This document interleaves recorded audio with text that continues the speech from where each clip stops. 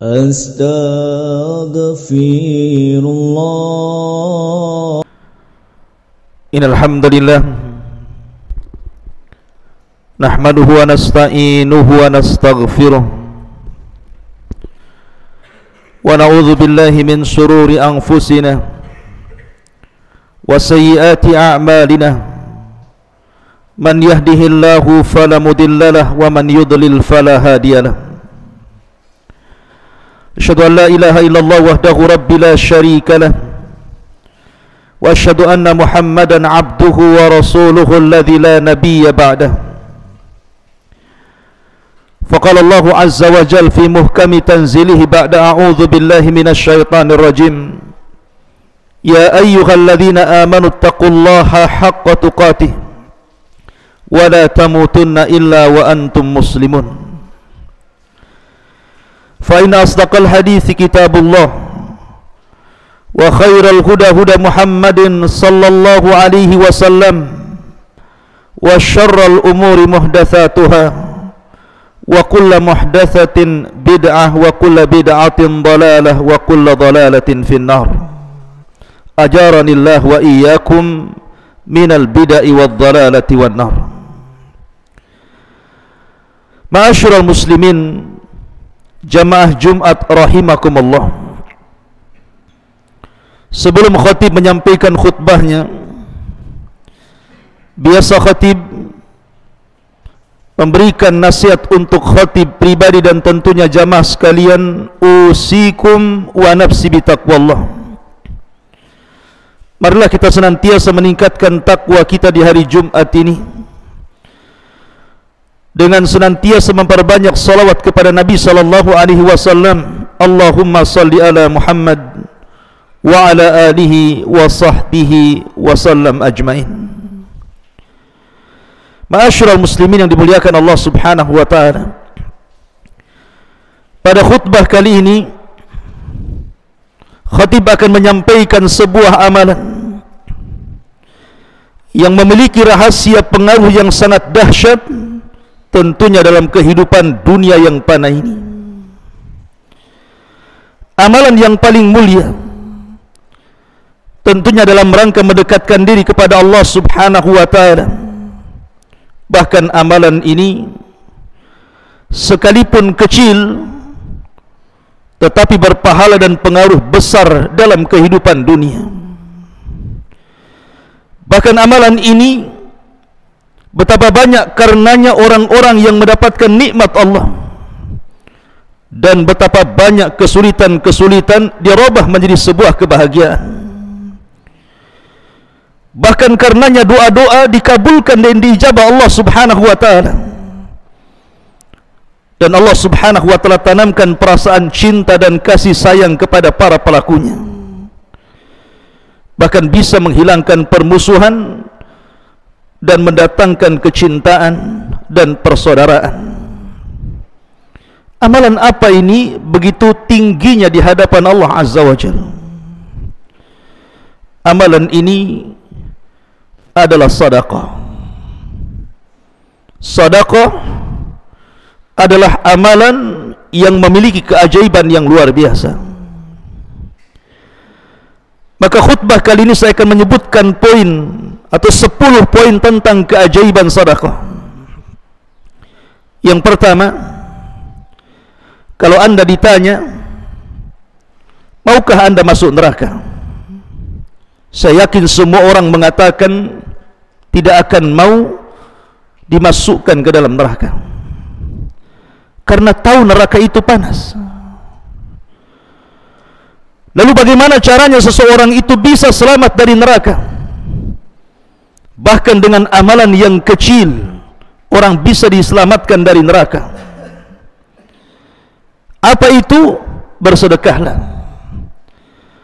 Nabi sallallahu alaihi wasallam bersabda dalam sebuah hadis dari Adi bin Hatim radhiyallahu an, qala Rasulullah sallallahu alaihi wasallam, ma minkum min ahadin illa sayukallimuhu rabbuhu laisa bainahu wa bainallahi turjuman fayanzuru aymana minhu fala yura illa ma qaddam wa yanzuru ila ash'ama minhu fala yara illa ma qad qaddam wa yanzuru baina yadayhi fala yura illa an-nar tilqa'a wajhi. Faqala an-nabiy sallallahu alaihi wasallam fattaqun nara walau bisyikki tamra. Rawahu Syaikhan.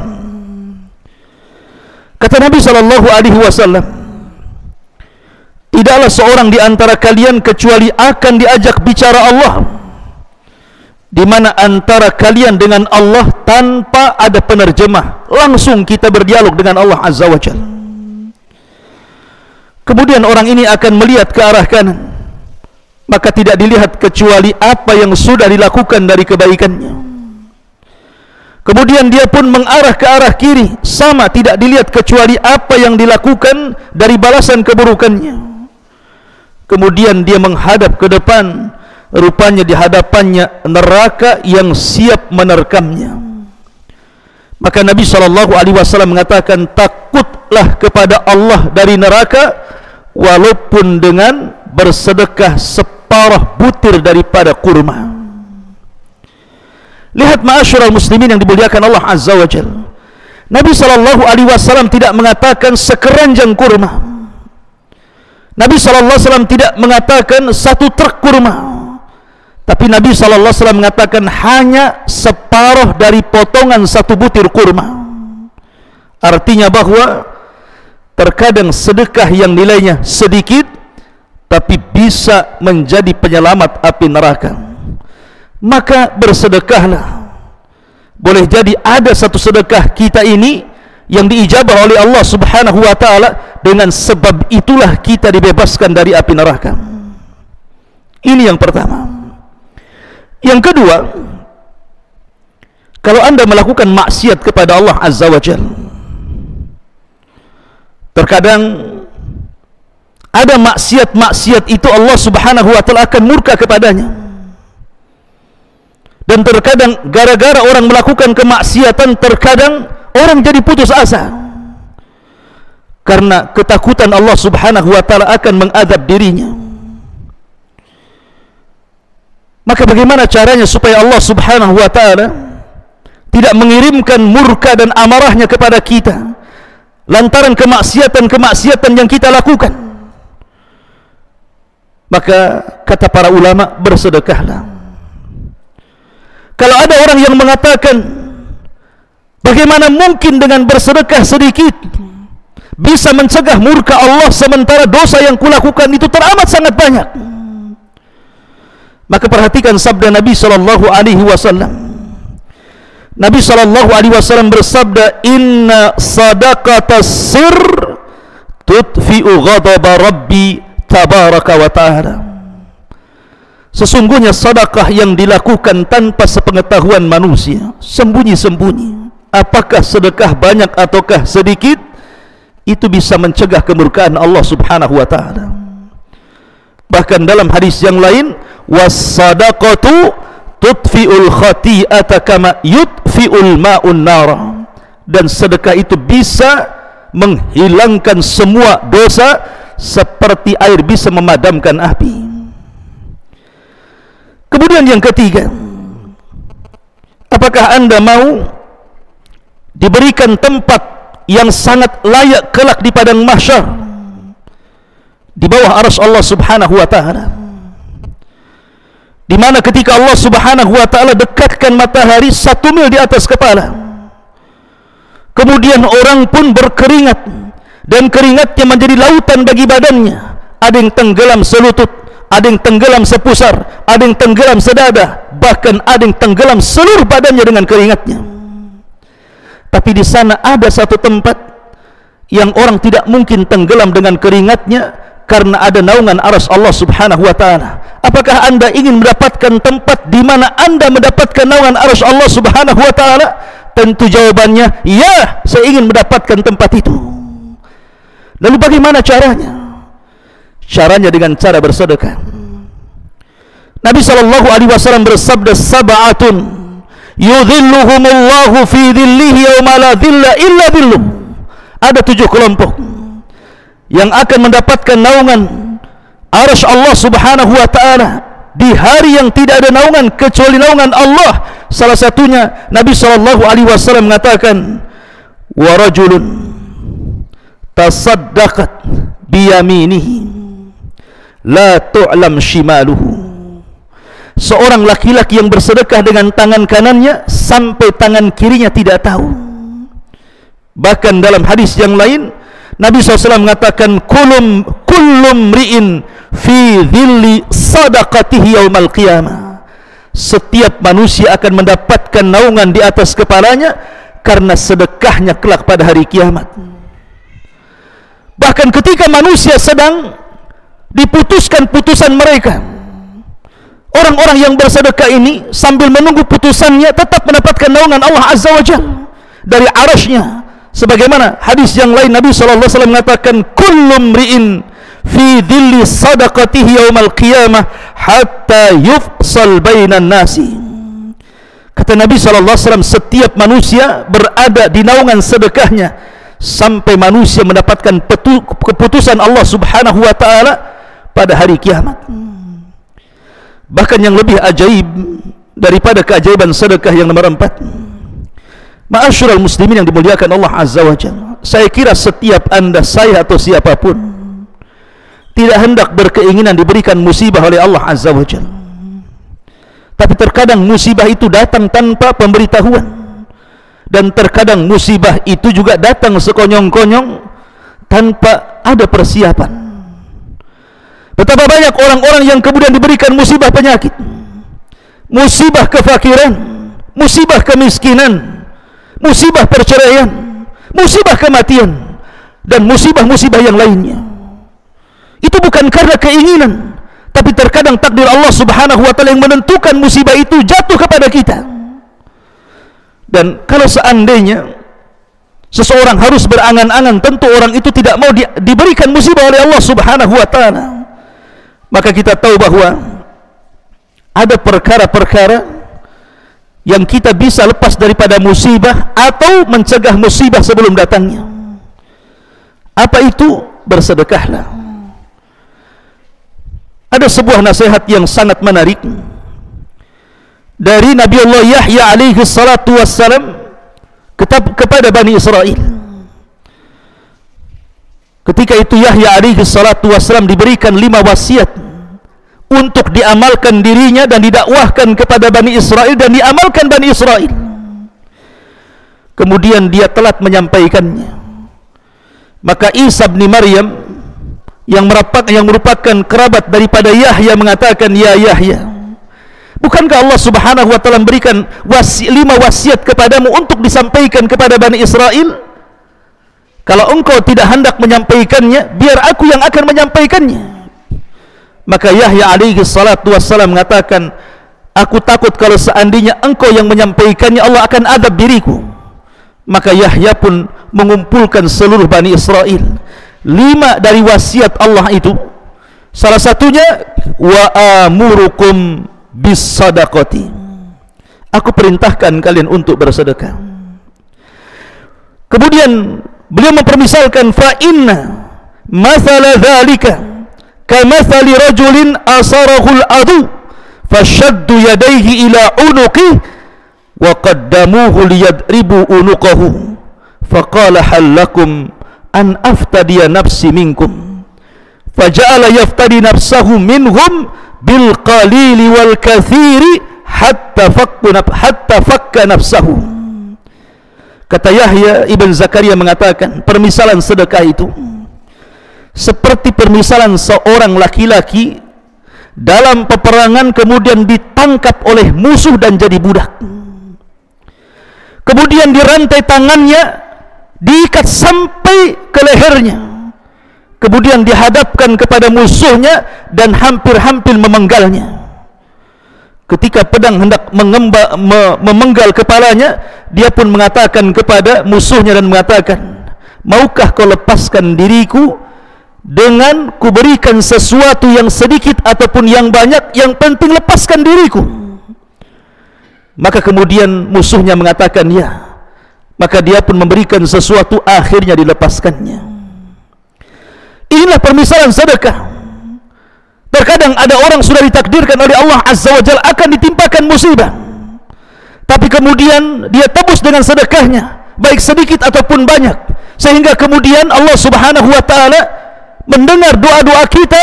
Akhirnya Allah Subhanahu wa taala merubah catatan yang ada di para malaikat yang mencatat setiap takdir umat Islam atau umat-umat yang lainnya. Ma'asyiral muslimin yang dimuliakan Allah Subhanahu wa taala, dari sini maka kalau anda ingin terhindar dari sebuah bala dan musibah, perbanyak sedekah. Kemudian yang lebih menakjubkan, yang nomor 5, sedekah itu bisa menyembuhkan orang sakit, sakit apapun, mau yang ringan ataupun yang parah. Ma'asyiral muslimin, Nabi SAW yang mengatakan, kata Nabi SAW, dawau mardakum bis sadaqah, obatilah orang yang sakit di antara kalian dengan sedekah. Terkadang ada orang punya penyakit parah sekali, semua rumah sakitnya sudah datanginya, dokter pun sudah angkat tangan mengobatinya, tidak ada obat yang bisa kemudian menawarkan penyakitnya. Terkadang ada alternatif, maka cobalah anda berobat dengan cara sedekah. Dahulu Al-Imam Ibnu Mubarak rahimahullahu ta'ala, sebagaimana riwayat Al-Imam Al-Baihaqi dengan sanadnya langsung dari Abdullah ibn Mubarak rahimahullahu ta'ala, datang seorang laki-laki yang memiliki luka di kakinya, kemudian mengeluarkan darah, dan darah itu tidak bisa dihentikan, setiap hari keluar darah, hampir-hampir kekurangan darah, dan dia sudah tidak bisa lagi berjalan alias lumpuh.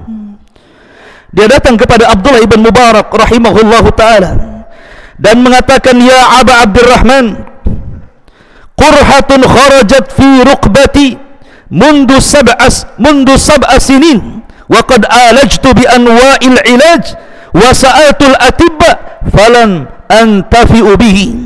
Wahai Abdullah ibn Mubarak, wahai imam, aku memiliki luka di kakiku, mengeluarkan darah terus, mengeluarkan nanah terus, dan aku sudah berbagai macam obat ku minum, sudah berbagai macam dokter ku datangi, tapi tidak ada manfaatnya. Maka Abdullah ibn Mubarak rahimahullahu ta'ala mengatakan, idhab fangdur maudian yahtajun nas ilal ma. Kalau begitu, pergilah kau ke sebuah daerah, cari orang-orang yang berhajat dengan air, kemudian fahfir hunaka bi'ran, galilah kau sumur di situ, kemudian bersedekahlah dengan airnya kepada fuqara wal masakin yang berhajat dengan air itu. Akhirnya dia pun melaksanakan wasiat Abdullah ibn Mubarak. Dia mencari sebuah daerah yang tidak ada air kekeringan, dia gali sumur, kemudian airnya disedekahkan. Selang beberapa waktu yang sangat singkat, tiba-tiba kemudian Allah sembuhkan penyakitnya, dan dia pun bisa sehat dan mampu berjalan kembali. Lihat bagaimana tajarub sedekah ini. Ma'asyiral muslimin yang dimuliakan Allah Azza wa Jalla. Kemudian juga asar yang lainnya, ma'ruf Al-Imam Al-Hakim An-Naisabur yang mengarang kitab Al-Mustadrak lil Hakim, dia pun suatu ketika memiliki luka di badannya, sakit, ada yang mengatakan di mukanya, sehingga dia sudah berobat ke sana kemari, tidak kunjung sembuh-sembuh. Akhirnya dia datang ke pengajian salah seorang alim dari ulama'i ahli sunnah wal jamaah, Abu Uthman As-Sabuni rahimahullahu ta'ala, pengarang kitab Aqidah Ashabil Hadis. Dia pun ikut halaqah kajian Abu Uthman As-Sabuni ini. Setelah kemudian dia mengikuti halaqah itu, dia datang kepada Abu Uthman As-Sabuni dan mengatakan, ya imam, saya memiliki luka di wajah, adakah fatwa bagaimana cara menyembuhkannya? Maukah kau mendoakan diriku dan jamaahmu agar Allah menyembuhkan penyakitku? Akhirnya Imam As-Sabuni rahimahullahu ta'ala meminta jamaahnya untuk mendoakan Imam Hakim Naisabur agar sembuh dari penyakitnya. Kemudian setelah selesai pengajian, ada seorang wanita salihah yang ikut majelis di situ, bermimpi. Dalam mimpinya datangnya oleh malaikat, kemudian malaikat itu mengatakan kepada wanita itu, sampaikan kepada hakim, suruhlah dia bersedekah dengan air, maka Allah Subhanahu wa ta'ala akan menyembuhkan penyakitnya. Maka wanita yang salihah ini kemudian datang kepada Imam As-Sabuni, kemudian menyampaikan mimpinya, dan Imam As-Sabuni menyampaikan mimpi wanita itu kepada Imam Hakim, dan Imam Hakim melaksanakannya. Dia pun bersedekah dengan air, tiba-tiba dalam waktu yang sangat singkat semua penyakitnya disembuhkan Allah Subhanahu wa taala. Tadawau mardakum bis sadaqah. Sembuhkan orang sakit di antara kalian dengan sedekah. Ma'asyiral muslimin yang dimuliakan Allah Azza wa Jalla, bahkan yang lebih menakjubkan sedekah ini, ikhwatu fiddin, kalau saya tanya Anda, maukah Anda setiap hari didoakan malaikat? Setiap hari didoakan malaikat. Sementara malaikat ibadun mukramun, hamba Allah yang sangat mulia, yang tidak mungkin ditolak doanya, dekat dengan Allah, tidak pernah maksiat, wa yaf'aluna ma yu'marun. Maukah Anda didoakan setiap hari oleh malaikat, sementara doa-doa malaikat tidak mungkin ditolak Allah Subhanahu wa taala? Jawabannya, tentu saya ingin didoakan malaikat setiap hari. Lalu bagaimana caranya? Caranya, kata para ulama, bersedekahlah. Nabi SAW bersabda dalam sebuah hadis, "Ma min yaumin yusbihul ibadu fihi illa malakani yanzilan fayaqul ahaduhuma Allahumma a'ti munfiqan khalafa wa yaqulul akhar Allahumma a'ti mumsikan talafa." Tidaklah setiap pagi seorang hamba kecuali didatangi malaikat dan mendoakan dia setiap hari. Jadi setiap pagi ada dua malaikat datang kepada kita masing-masing kita setiap hari. Kemudian yang satu mengatakan, Allahumma a'ti munfiqan khalafa, ya Allah, berikan kepada orang ini, orang yang suka sedekah ini, ganti yang lebih baik. Kemudian yang satunya mengatakan, ya Allah, hancurkan harta orang ini karena dia tidak pernah bersedekah menahan hartanya. Jadi kalau kita ingin didoakan kebaikan malaikat, maka bersedekahlah. Kalau bisa setiap hari walaupun sedikit, boleh jadi yang sedikit ini bertepatan dengan doa malaikat, akhirnya Allah berkahi harta dan keluarga kita. Ma'asyiral muslimin yang dimuliakan Allah Azza wa Jalla. Kemudian yang nomor 7, orang yang bersedekah akan diberkahi, diberikan tambahan kebaikan. Baik tambahan kebaikan secara nominal, Allah Subhanahu wa taala makin mengayakan, memberikan kekayaan kepada kita, atau walaupun mungkin secara nominal tidak bertambah, tetapi Allah tambah berkahnya sehingga yang sedikit seolah-olah banyak dan mencukupi segalanya. Nabi SAW pernah mengatakan, "Thalathatun uqsimu alaihinna wa uhaddithukum hadithan fahfadhuh." Kata Rasul, 3 perkara aku bersumpah kepada 3 perkara itu. Sebenarnya bagi Rasul tidak perlu bersumpah, tapi Nabi SAW ingin menguatkan perkara ini, bahwa perkara ini perkara yang sangat urgent, perkara yang sangat penting untuk disampaikan. Maka ku ceritakan kepada kalian, hafalah 3 perkara ini, kata Rasul. Yang pertama, kata Rasul, ma naqasa min malis sadaqah, tidak mungkin berkurang harta yang disedekahkan. Bal yazdad, bal yazdad, bal yazdad, bahkan bertambah, bertambah dan bertambah. Kemudian yang kedua, wala zulima abdun madlamatun sabara alaiha illa zadahullahu izzan, tidaklah seorang hamba dizalimi tapi dia sabar, tidak membalas, kecuali Allah akan berikan kemuliaan hidup padanya. Kemudian yang ketiga, wala fataha abdun baba mas'alatin illa fatahallahu alaihi babal faqri, tidaklah seseorang membuka pintu meminta-minta, kecuali Allah Subhanahu wa taala bukakan pintu kefakiran kepadanya. Lihat bagaimana Rasul mengatakan di awal, ma naqasa min malis sadaqah, tidak berkurang harta yang disedekahkan. Dan yang nomor 8, orang yang bersedekah akan dilipat gandakan hartanya di hadapan Allah, sebagaimana firman Allah Azza wa Jalla, mathalul ladzina yunfiquna amwalahum fi sabilillah kamathali habbatin ambatat sab'a sanabil fi kulli sumbulatin mi'atu habbah wallahu yudha'ifu liman yasha wallahu wasi'un alim. Permisalan orang-orang yang menginfakkan harta mereka di jalan Allah seperti satu biji yang Anda tanam, kemudian tumbuh 7 batang. Kemudian dari 7 batang itu kemudian tumbuh lagi 7 ranting. Kemudian Allah Subhanahu wa taala membuahi setiap rantingnya, dan Allah Subhanahu wa taala melipat gandakan kepada siapa yang berkehendak, dan Allah maha luas rizkinya, lagi maha mengetahui akan hamba-hambanya. Ma'asyiral muslimin yang dimuliakan Allah Subhanahu wa taala.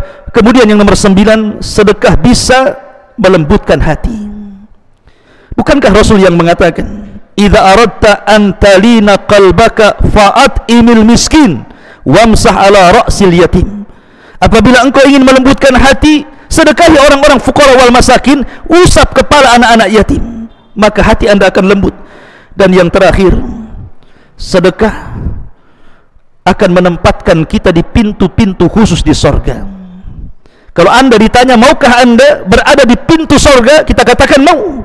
Maka ada satu jalan supaya kita berada persis di pintu sorga, yang pintu itu disebut babus sadaqah, pintu sedekah. Kata Nabi SAW, wa in kana min ahli sadaqah du'iya min babis sadaqah. Kalau dia termasuk ahli sedekah, maka dia akan dipanggil dari pintu sedekah. Aqulu ma tasma'un, aqulu qawli hadza wastaghfiru innahu huwal ghafurur rahim.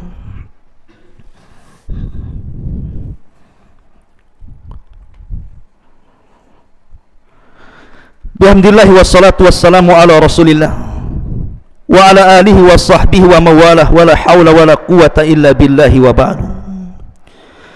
Abu Dzar Al-Ghifari radhiyallahu an mengatakan, as-salatu imaduddin wal jihadu sanamul amali was sadaqatu syai'un ajibun was sadaqatu syai'un ajibun was sadaqatu syai'un ajib. Kata Abu Dzar Al-Ghifari radhiyallahu mengatakan, salat itu tiangnya Islam, dan jihad itu puncaknya amalan, dan sedekah itu sesuatu yang menakjubkan, sesuatu yang menakjubkan, sesuatu yang menakjubkan. Lihat perkataan Al-Imam Ibnul Qayyim rahimahullahu ta'ala, perkataan yang sangat bagus sekali. Bagaimana Imam Ibnul Qayyim menggambarkan pengaruh sedekah itu luar biasa, ajib. Kata Imam Ibnul Qayyim, fa inna lis-sadaqati ta'thiran ajiban fi daf'i anwa'il bala walau kanat min fajirin aw min zalimin aw min kafirin fa inna Allah yadfa'u biha anhu anwa'an minal bala wa hadha amrun ma'lumun 'inda an-nasi khassatuhum wa 'ammatuhum wa ahlul ardi kulluhum mukirruna bihi li'annahum jarrabuhu. Lihat perkataan Ibnul Qayyim. Kata Imam Ibnul Qayyim rahimahullahu ta'ala, sesungguhnya sedekah itu memiliki pengaruh yang luar biasa, terutama ketika mencegah dari berbagai macam musibah yang akan Allah timpakan kepada kita. Apakah sedekah itu datang dari orang fajir? Apakah sedekah itu datang dari orang zalim? Hatta sedekah itu datang dari orang kafir sekalipun. Jadi kalau seandainya orang kafir bersedekah, orang zalim bersedekah, orang fajir bersedekah, mereka orang jahat, tetapi Allah akan menghindarkan bala kepada mereka. Tapi justru orang yang beriman kalau tidak bersedekah, boleh jadi bala akan ditimpakan kepada dia. Itulah pengaruh sedekah. Bukan hanya kepada orang baik saja, Allah subhanahu wa ta'ala akan mencegah hatta orang kafir sekalipun, kata Imam Ibnul Qayyim, akan dicegahkan bala kepadanya. Kemudian dia mengatakan, karena ini perkara yang maklum menurut manusia, baik orang khususnya atau orang umumnya, dan seluruh bumi menyaksikannya, karena mereka sudah mencobanya. Lihat bagaimana sedekah itu sesuatu pengaruh yang luar biasa bagi kehidupan kita. Dan Abdullah ibn Mas'ud radhiyallahu anhu mengatakan, anna rajulan abadallaha 70 sanatan thumma asaba fahishatan fa ahbata amaluhu thumma marra bimiskinin fatasaddaqu alaihi biraghif fa ghafara Allahu lahu dhanbah wa radda alaihi amalu 70 sana. Kata Abdullah bin Mas'ud radhiyallahu anhu, ada seorang hamba, dia beribadah kepada Allah 7 tahun lamanya, kemudian dia ditimpa fahisyah, jatuh ke dalam sebuah perbuatan dosa, maka Allah hapuskan amalannya. Kemudian dia lewat di sebuah tempat, rupanya ada orang miskin, kemudian dia keluarkan rotinya pada roti itu untuk perbekalan dirinya, tapi dia ingin bersedekah karena kasihan dengan orang miskin itu, dikasihkan rotinya. Maka Allah subhanahu wa ta'ala kembalikan pahala yang sudah dihilangkan selama 7 tahun kepada hamba ini. Gara-gara sedekah Allah kembalikan pahalanya. Kemudian juga Abdullah bin Abbas radhiyallahu anhu mengatakan, wa qad su'ila ay as-sadaqatu afdal. Kata Abdullah bin Abbas, beliau pernah ditanya, sedekah apa yang paling utama? Maka Abdullah bin Abbas mengatakan, al-ma, air. Alam taro ila ahli nar, tidakkah kau lihat angan-angan penduduk neraka? Apa yang dikehendaki penduduk neraka? Bukankah Allah yang mengatakan, wa nada ashabun nar ashabal jannah an afidu alaina minal ma' aw mimma razaqakumullah. Ketika penduduk neraka berteriak kepada penduduk sorga, mintalah setetes air bersih kalian atau rizki yang Allah rizkikan kepada kalian. Tapi penduduk sorga mengatakan, innallaha harramahuma 'alal kafirin. Maaf, Allah haramkan kepada orang kafir. Sedekah